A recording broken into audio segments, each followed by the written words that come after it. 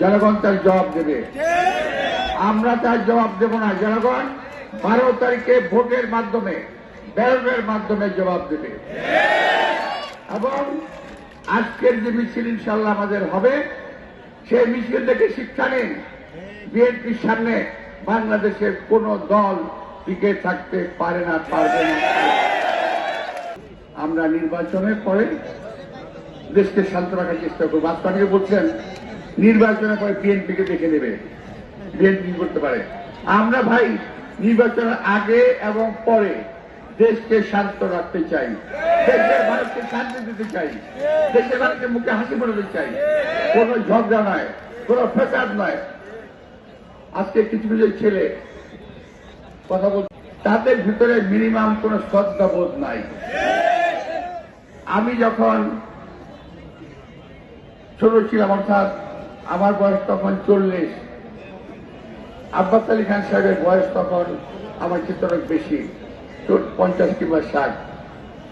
আজ পর্যন্ত জামাতের কিংবা অন্য কোন দলের কেউ বলতে পারবে না আমি তাদের বিরুদ্ধে কোনো খারাপ কথা বলি। ওই সময় আওয়ামী লীগের নেতা এখনো বেঁচে আছে মোজাফফর হোসেন পল্টু সাহেব, উনি নির্বাচন করেছেন। আমরা কথা বলেছি, মিছিলে দেখা হয়েছে, মুখোমুখি দেখা হয়েছে। আমরা একে অপরের কোলাকুলি করেছি। আমরা একেবারের সঙ্গে আমরা বলেছি প্রতিদ্বন্দ্বিতা মুখর হবে, কিন্তু উৎসব মুখ হবে তার সঙ্গে। নির্বাচনকে আমরা উৎসব হিসাবে নেব, ঝগড়ার উৎস হিসাবে নয়।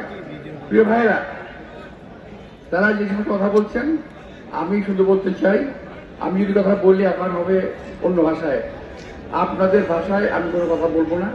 আমার ভাষায় বলছি, বাবা তোমাদের বয়স এখনো হয়নি ওরকম, তোমরা শ্রদ্ধা করতে শিখো। একটা কথা মনে রেখো, আমি শেখ সাদির একটা কবিতার ছোট্ট একটা লাইন বলতেছি, বে আদব বে নসিব বা আদব বা নসিব, অর্থাৎ বে আদব সব সময় কপাল খারাপ হয়।